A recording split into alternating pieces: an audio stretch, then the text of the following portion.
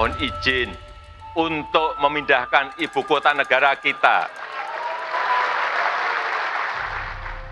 Saya memulai perjalanan menuju Nusantara di Pulau Kalimantan dari stasiun Tugu, Yogyakarta. Ini adalah stasiun tua yang turut jadi saksi bisu sejarah Yogyakarta sebagai ibu kota Republik Indonesia.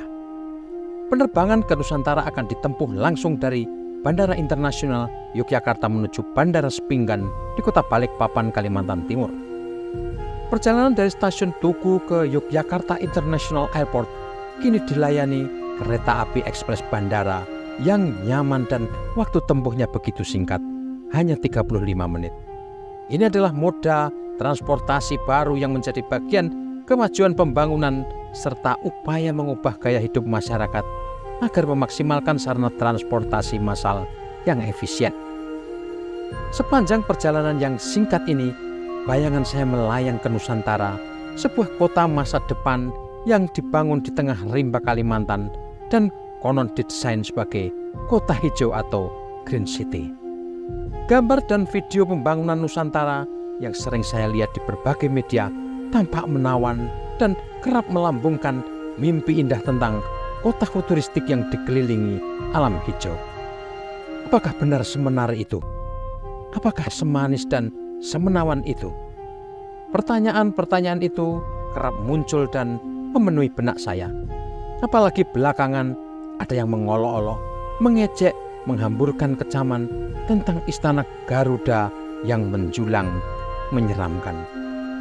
Ada juga yang mencaci maki Presiden Joko Widodo untuk semua biaya pembangunan mega proyek Nusantara yang nilainya sangat fantastis, lalu membandingkannya dengan kondisi sosial ekonomi masyarakat Indonesia saat ini. Saya coba simpan deretan pertanyaan-pertanyaan itu ketika saya bersiap terbang menuju Balikpapan. Mudah-mudahan gelombang kritik tajam dan olok-olok itu tidaklah benar. Tapi sepanjang 2 jam penerbangan, kederetan pertanyaan atau tanda tanya itu terus menghantui pikiran saya. Saya tiba di Balikpapan sehari sebelum Presiden Joko Widodo mengundang para kepala daerah atau pejabat gubernur, bupati, wali kota se-Indonesia ke Nusantara. Presiden mengundang mereka untuk mendengarkan pengarahan tentang IKN. Tepat saat keberangkatan saya ke Balikpapan di Istana Presiden di Nusantara, Presiden Joko Widodo memimpin rapat paripurna kabinet yang juga dihadiri Wakil Presiden Ma'ruf Amin. Di momen inilah sejumlah menteri memamerkan foto-foto malam di Nusantara dan memang tampak indah. Tibalah giliran saya memulai perjalanan ke Nusantara dan saya memilih jalan negara atau jalan nasional Balikpapan Sepaku. Ini adalah satu-satunya jalan raya umum yang selama ini dipakai masyarakat menuju Penajam Pasir Utara, daerah di mana Nusantara berlokasi.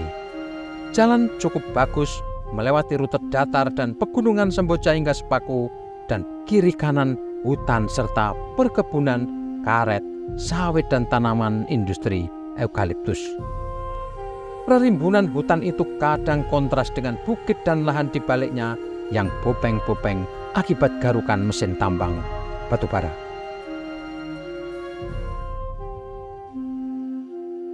Tribuners dan pemirsa dimanapun Anda berada, saya sekarang berada di sebelah jembatan Teluk Balikpapan, tepatnya ada di Pantai Langu, Kecamatan Sepaku, Kabupaten Penajam Pasir Utara. Dan di belakang saya ini adalah jembatan bentang pendek yang menghubungkan antara kota Balikpapan dengan Kabupaten Penajam Pasir Utara atau PPU. Jembatan bentang pendek ini kemudian di sebelah ke arah Balikpapan akan terhubung dengan jembatan bentang panjang Pulau Balang. Nah, jembatan bentang pendek dan bentang panjang Pulau Balang ini adalah urat nadi atau sangat vital yang akan menghubungkan jalan tol dari Balikpapan menuju ke ibu kota Nusantara. Dan saya sekarang berada di sisi Kabupaten Penajam Pasir Utara, sementara di seberang teluk ini adalah wilayah kota Balikpapan. Nah, ruas tol Balikpapan menuju ke IKN ini sudah difungsikan tetapi fungsional saja, dan hanya rombongan atau kalangan tertentu yang bisa memanfaatkan ruas jalan yang akan sangat memperpendek durasi perjalanan antara Balikpapan menuju ke kota Nusantara. Ya. Kalau melewati jalan nasional atau jalan biasa, maka durasi atau waktu tempuh dari kota Balikpapan menuju ke Nusantara ini kira-kira berkisar antara 2 jam sampai 3 jam. Tetapi kalau menggunakan jalur bebas hambatan atau jalan tol Balikpapan menuju ke IKN melewati Teluk Balikpapan, dan di situ ada jembatan Balang Bentang Pendek dan Bentang Panjang, maka waktu tempuhnya kira-kira hanya antara 20 sampai 40 menit. 20 itu adalah ketika kita menggunakan jalan tol dari ujung ke ujung, dan kemudian belum dihitung waktu tempuh dari akhir ruas tol menuju ke pusat pemerintahan di Nusantara. Setelah 2,5 jam, tibalah di Sepaku, kota kecil yang mungkin penduduknya tidak pernah menyangka akan menjadi bagian sejarah besar Indonesia ketika pusat pemerintahan dipindahkan dari Jakarta. Saya mendapat cerita dari banyak orang, Sepaku kini telah berubah drastis di hampir semua aspek akibat tarikan positif maupun negatif mega proyek IKN. Sepaku dibanjiri ribuan orang pekerja konstruksi yang turut membalikkan Sepaku secara sosial, ekonomi, dan mungkin budaya juga. Setiap pagi dan sore, Sepaku hiruk pikuk oleh keberangkatan dan kepulangan ribuan pekerja dari berbagai daerah yang sehari-harinya tinggal di kos-kosan, rumah, kontrakan, guest house, penginapan sederhana hingga hotel yang bermunculan bak cendawan di musim hujan.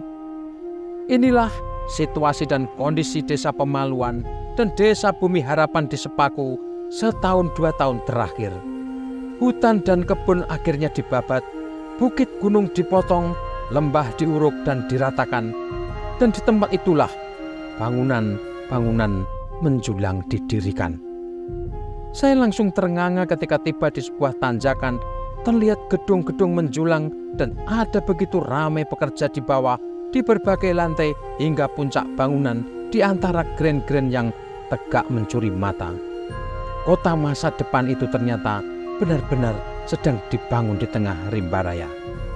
Rasa takjub itu mencapai puncak saat saya berada di puncak sebuah bukit sekaligus menara pandang yang dibuat sebuah perusahaan konstruksi nasional. Lanskap Nusantara terbentang luar biasa dengan tonjolan struktur paling nyata adalah Istana Garuda dan tiang bendera di Taman Kesuma Bangsa yang luar biasa besar dan tinggi seperti menantang langit. Lanskap kota ini dilatari bentang panjang, kali lebar alam hijau dan punggungan-punggungan bukit gunung Penajam Pasir Utara hingga Balikpapan dan Kutai Kertanegara yang begitu indah. Dari ketinggian bukit ini, kemegahan Nusantara mulai terasa, melambungkan bayangan-bayangan indah di masa depan. Gedung-gedung utama kementerian telah berdiri dan terus diselesaikan di satu poros utama yang menghubungkan garis imajiner Taman Kesuma Bangsa hingga Istana Garuda. Kiri kanan poros imajiner ini diapit jalan rayanan lebar, Sumbu Kebangsaan Barat dan Sumbu Kebangsaan Timur yang bertemu di bundaran Sumbu Kebangsaan. Sekarang saya bersama Pak Taufik Juwaryanto, Prof. UFI, sudah atau sedang melintasi jalan Sumbu Kebangsaan di Komplek Istana Nusantara. Nah, ini bisa dilihat tuh para pekerja berbaur dengan tentara dan ngebut ini pembuatan taman di kiri kanan.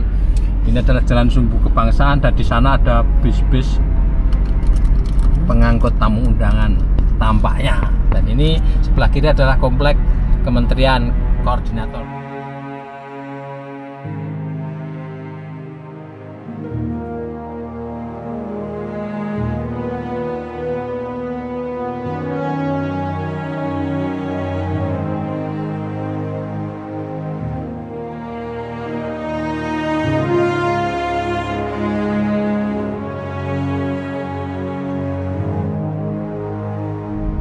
Samping istana Garuda itu yang ada di ujung sana itu. Nah, Dan yang bangunan di depannya itu adalah ya, nanti akan dipakai untuk 17-an di sana. Harus diakui, lanskap kota Nusantara ini dirancang sangat cermat, detail, memadukan estetika seni tata kota, rancang bangun struktur dan arsitektur, dan filosofi bersumber nilai-nilai sejarah kebudayaan bangsa Indonesia di Kepulauan Nusantara. Sebagai penggambaran di komplek IKN ini, yang sudah kelihatan memang cukup layak untuk digunakan sebagai tempat event adalah Istana Presiden, kemudian plaza di depan Istana Presiden, kemudian lapangan seremoni, kemudian Jalan Sumbu Kebangsaan Barat dan Sumbu Kebangsaan Timur, kemudian juga ada komplek Taman Kesuma Bangsa yang berhadapan agak jauh di hadapan komplek Istana Presiden dan Istana Garuda. Nah, Taman Kesuma Bangsa ini memiliki arsitektur yang cukup unik, yaitu ada 2 sayap di kiri kanan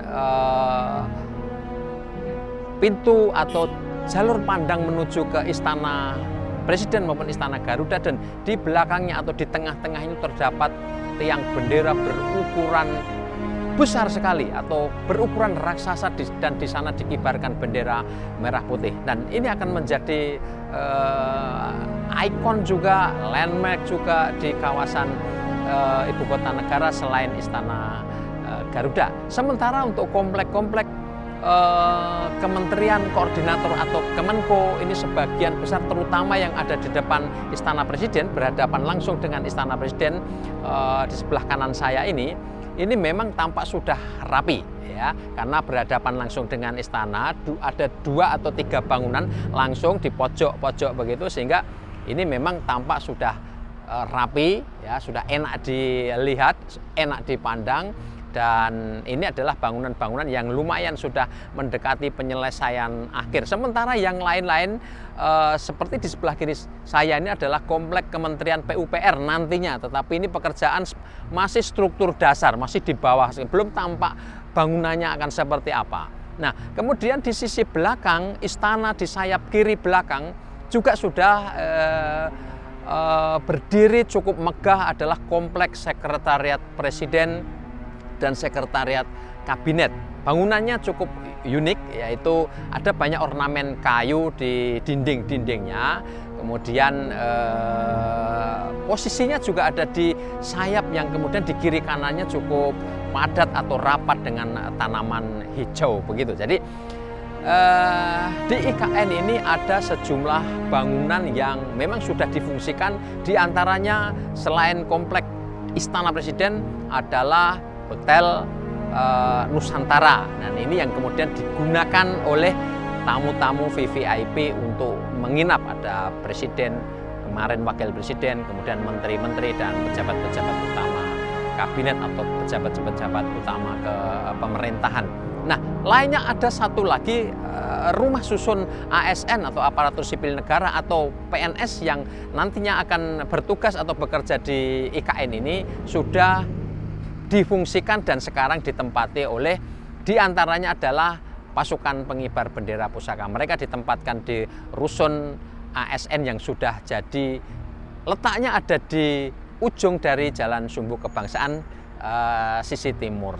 Selebihnya ada rumah susun atau flat atau apartemen yang sedang dikebut dan nantinya akan menjadi bangunan untuk hunian untuk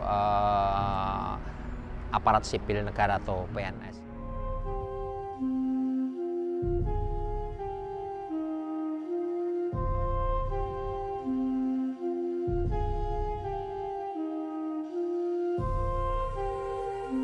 Suka tak suka, senang atau tidak, setuju atau tidak setuju, langkah awal Nusantara sudah terlihat nyata.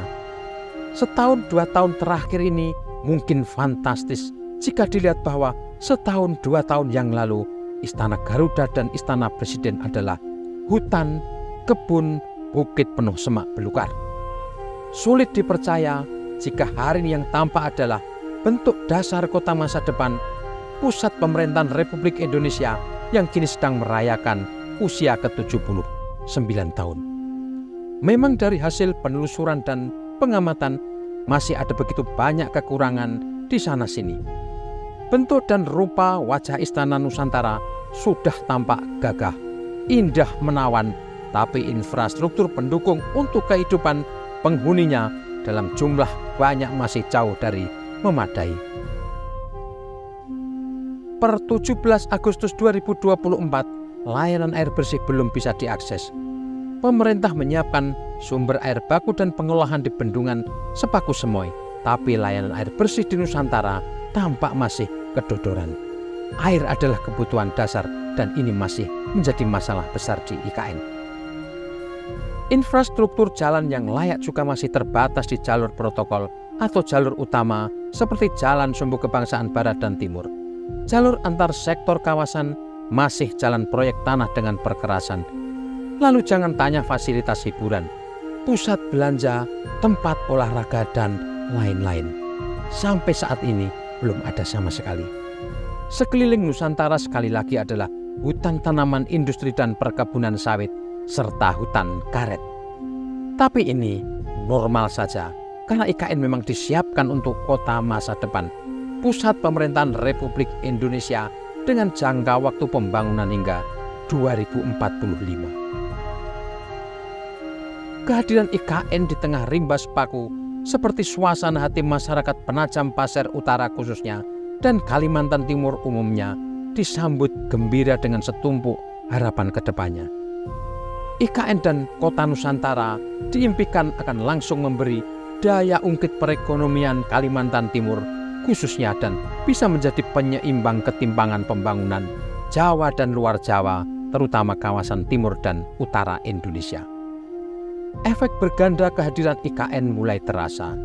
Sekurangnya ada begitu banyak dampak ekonomi atas hadirnya ribuan pekerja konstruksi, unit lapangan kontraktor, dan segala usaha jasa infrastruktur pendukung. Jalur sepanjang Balikpapan menuju Sepaku kini juga semakin hidup. Meski begitu, suka tidak suka, diakui atau tidak, kehadiran IKN menimbulkan timbunan masalah yang tidak ringan. Masalah lingkungan, konflik pertanahan, konservasi lahan, dan kekhawatiran akan kerusakan ekosistem hutan di Sepaku. Masalah kami memang untuk saat ini kami masih penuh tanda tanya. Ya. Dan bukan saja tanda tanya, tapi ada masalah yang sudah kami rasakan. Tentunya ya dari hak-hak kami merupakan tanah, tempat kami tinggal, itu belum 100% diakui secara hukum ya, secara pemerintah. Tentunya kita berharap itu. Ketua Masyarakat Adat Balik di Sepaku, Sibudin, jauh-jauh hari memperingatkan pemerintah agar pembangunan pusat pemerintahan di Sepaku tidak membuat ada pihak manapun yang tersakiti, termasuk masyarakat adat di lokasi yang kini didirikan bangunan-bangunan megah menjulang. Kami tidak mau kami ini tidak dianggap ya. Kita malah ada kecemburuan sosial. Pemerintah mencanangkan seperti satwa langka dan sebagainya. Itu sangat diperhatikan. Padahal satwa langka maupun orangutan, monyet itu nggak pernah ngajukan proposal, permohonan, tapi itu diperhatikan.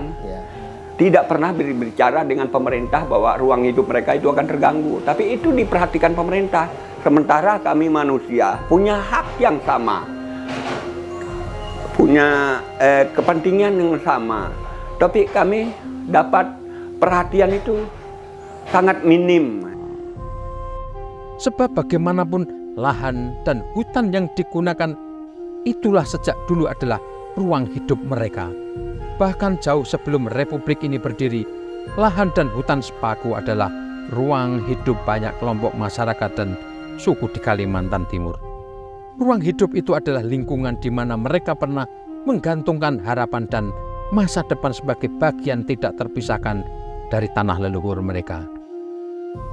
Ruang hidup kami, kalau dulu kami bebas bertani ya. Tentu kami dari masyarakat suku Balik maupun suku-suku yang ada, suku masyarakat adat yang ada di Kalimantan, itu Kalau nanam padi gunung main bakar, tapi bukan membakar hutan yang sekitar kami butuhkan kegiatan kami untuk bercocok tanam. Itu main bakar, kan nggak boleh oleh pemerintah. Jadi kami satu aktivitas kami tidak bisa lagi kami lakukan. Kedua, ini sungai kena intek maupun normalisasi sungai. Kami juga tidak bebas lagi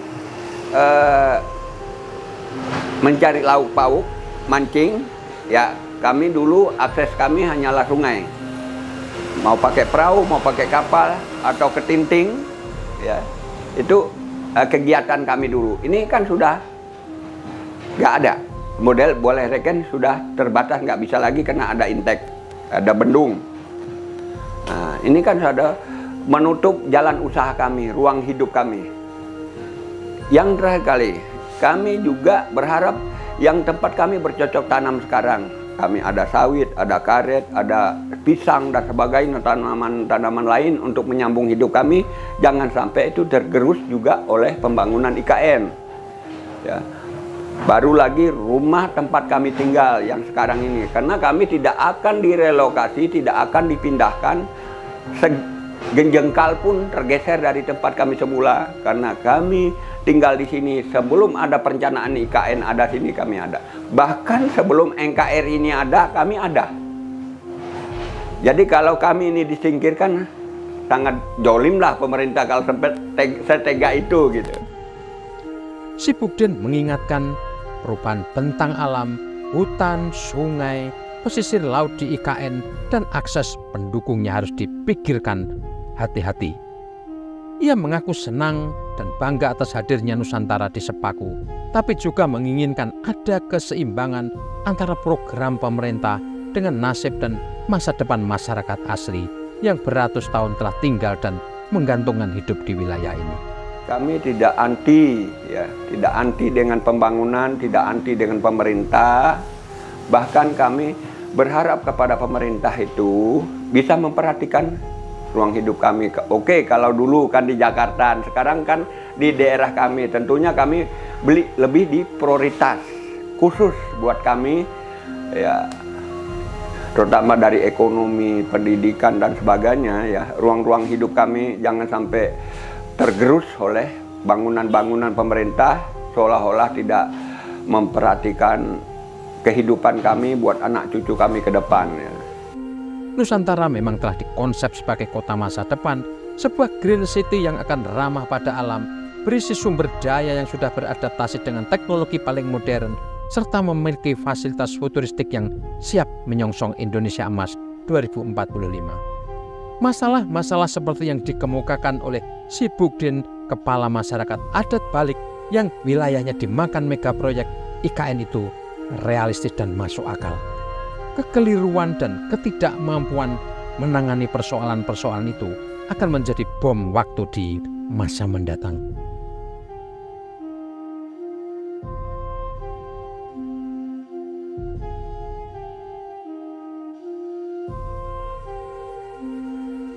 Kota Nusantara akan mencatatkan sejarah sebagai tempat pertama kali upacara kenegaraan peringatan kemerdekaan Republik Indonesia digelar di luar Istana Merdeka. Ini adalah kado istimewa di usia ke-79 Republik Indonesia ketika Insinyur Soekarno dan Dr. Muhammad Hatta memproklamasikan kemerdekaan Republik Indonesia pada 17 Agustus 1945.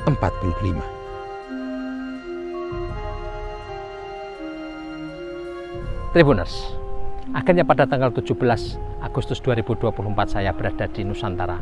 Tepatnya saat ini saya berada di Central Promenade atau Teras Cakrawala, dan ini adalah public area atau public space yang dibangun di antara gedung-gedung pemerintahan, yaitu Kementerian Koordinator di kiri dan di kanan.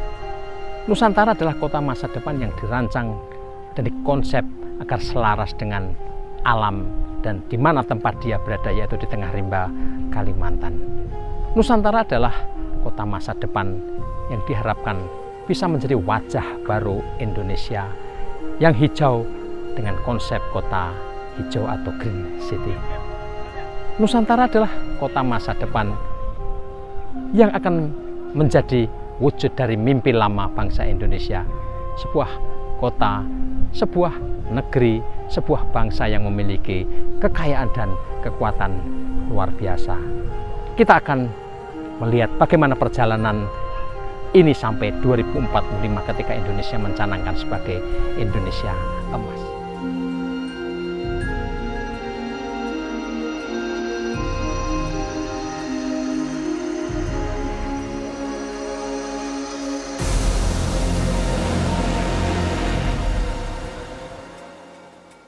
Download Tribun X sekarang, menghadirkan lokal menjadi Indonesia.